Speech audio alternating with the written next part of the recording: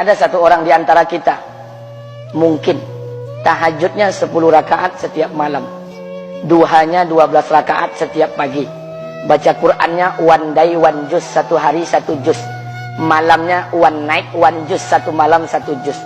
Satu keluarga di antara kita ini puasanya luar biasa Senin Kamis. Satu keluarga berpuasa Senin Kamis. Tak cukup puasa Senin Kamis, dia puasa Nabi Daud. Sehari puasa, sehari tidak, sehari puasa, sehari tidak. Tak cukup dia puasa Nabi Daud, dia puasa-puasa sunnah lainnya. Istrinya nutup aurat dengan sempurna, pakai nikob, pakai cadar, pakai purda, pakai manset, pakai kos kaki. Suaminya 5 waktu ke masjid tak tertinggal takbiratul ula. Anak-anaknya di pondok pesantren hafiz dan hafizah. Tiap pagi berinfak, tak pernah menggunjing orang. Quran terjaga, aurat terjaga, tahajud terjaga, 5 waktu terjaga, duha terjaga, Quran terjaga, puasa terjaga. Sempurna satu keluarga amalnya. Tapi sudah 8 tahun dia tak tengok ayah ibunya. Sudah bertahun-tahun dia tak nyapa kedua orang tuanya. Sudah bertahun-tahun dia tak berhubungan baik dengan ayah ibunya. Sudah berminggu-minggu dia berkelahi dengan ayah ibunya.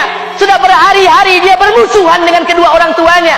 Maka anak seperti ini, seluruh amal yang mereka kerjakan tertolak di sisi Allah Subhanahu wa taala, tidak akan diterima Allah.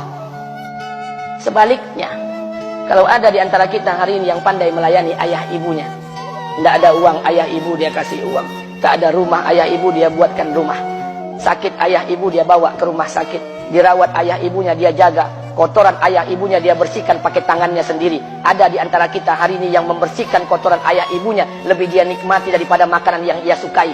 Begitu luar biasanya dia melayani ayah ibunya.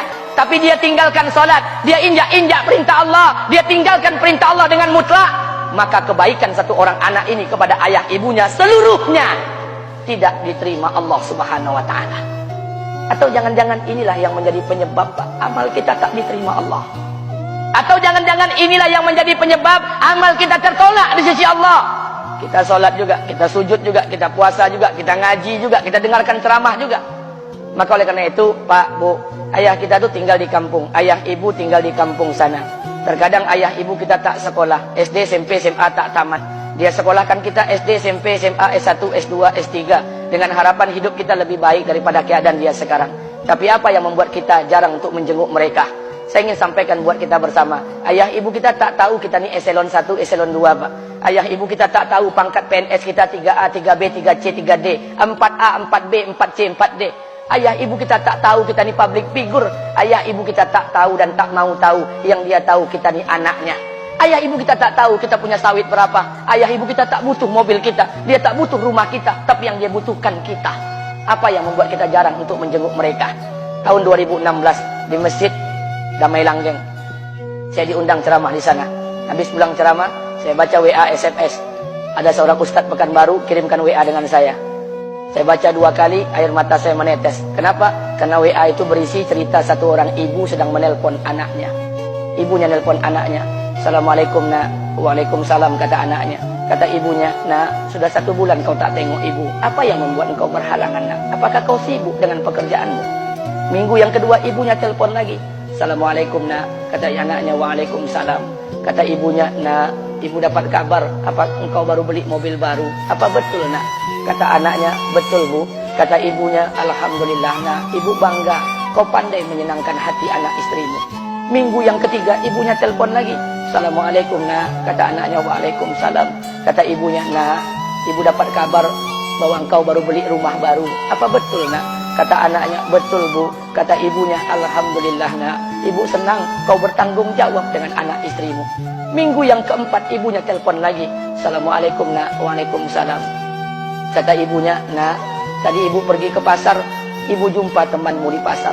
Kata temanmu di pasar, temanmu banyak bercerita tentang kamu. Kata temanmu tadi, kamu baru beli anak anjing seharga 40 juta dari negeri Belanda. Apa betul nak? Kata anaknya, betul. Kata ibunya, nak, dengarkan pesan ibu untuk terakhir kalinya. Apa pesan ibunya?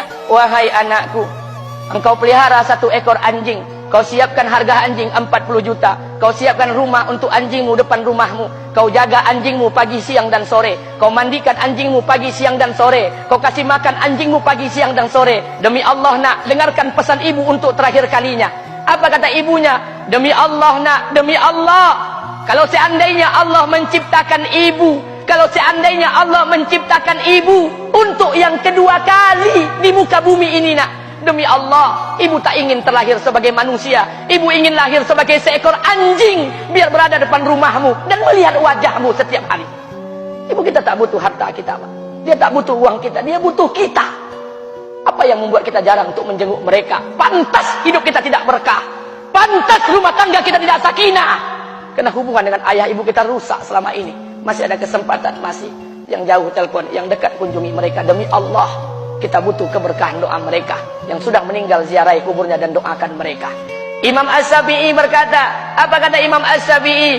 Manusia zalim, manusia bodoh, kalian tak tahu apabila ayah dan ibu kalian mengangkat tangan di malam hari, dia berdoa kepada Allah untuk anaknya. Doanya cuma sekali, malamnya cuma sekali, hanya sekali saja doanya. Apa kata Imam Syafi'i? Sekali doa ayah dan ibu kalian sudah cukup bagi Allah untuk menjadikan kalian anaknya berkah dunia akhirat. Hari ini berapa banyak doa ayah dan ibu kita, tapi tidak ada keberkahan buat anak mereka. Kenapa? Hati mereka tersakiti. Maka pulang, Mbak, cari mak bapak kita. Kita punya rumah hari ini, Bu, kita punya rumah, punya harta, punya uang, punya pekerjaan, punya kekayaan, punya sawit. Kita jadi orang hari ini jadi pegawai bukan kena sarjana kita, Pak. Kita jadi orang hari ini bukan kena otak kita. Kita jadi orang hari ini bukan kena kepintaran kita. Kita jadi orang hari ini jangan-jangan kena keberkahan doa ayah dan ibu kita yang tak pandai tulis baca di kampung sana. Cari mak bapak kita, Pak. Demi Allah, kita butuh keberkahan doa mereka. Apa guna di kehidupan dunia sementara Allah tidak ridho dengan kehidupan kita? Pantas amal kita tertolak di sisi Allah. Maka pulang ke rumah cari mak dan bapak kita yang masih hidup, duduk bersama mereka. Kalau seandainya kita tak bisa membahagiakan mereka, jangan pernah menyusahkan mereka. Kalau seandainya kita tak bisa membuat mereka tertawa, jangan pernah membuat mereka menangis. Demi Allah, kita hanya punya satu ayah kandung, kita hanya punya satu ibu kandung. Tidak akan ada ayah kandung yang kedua, tidak akan ada ibu kandung yang kedua. Harta kita cuma satu, ayah kita cuma satu, ibu kita cuma satu. Tidak akan ada ayah kandung yang kedua, tidak akan ada ibu kandung yang kedua. Pangkat jabatan bisa dicari, harta bisa diraih. Kesempatan membahagiakan ayah dan ibu kita hanya sekali di kehidupan dunia ini, Pak. Pulanglah. Ketika mereka memanggil, tinggalkan istri, tinggalkan pekerjaan, tinggalkan semua proyek kita. Demi Allah, datangi mereka. Kata Nabi, sesaat kalian duduk bersama ayah dan ibu kalian akan mendatangkan keberkahan. Kenapa kalian tidak duduk bersama mereka? Jangan-jangan inilah yang menjadi penyebab amal-amal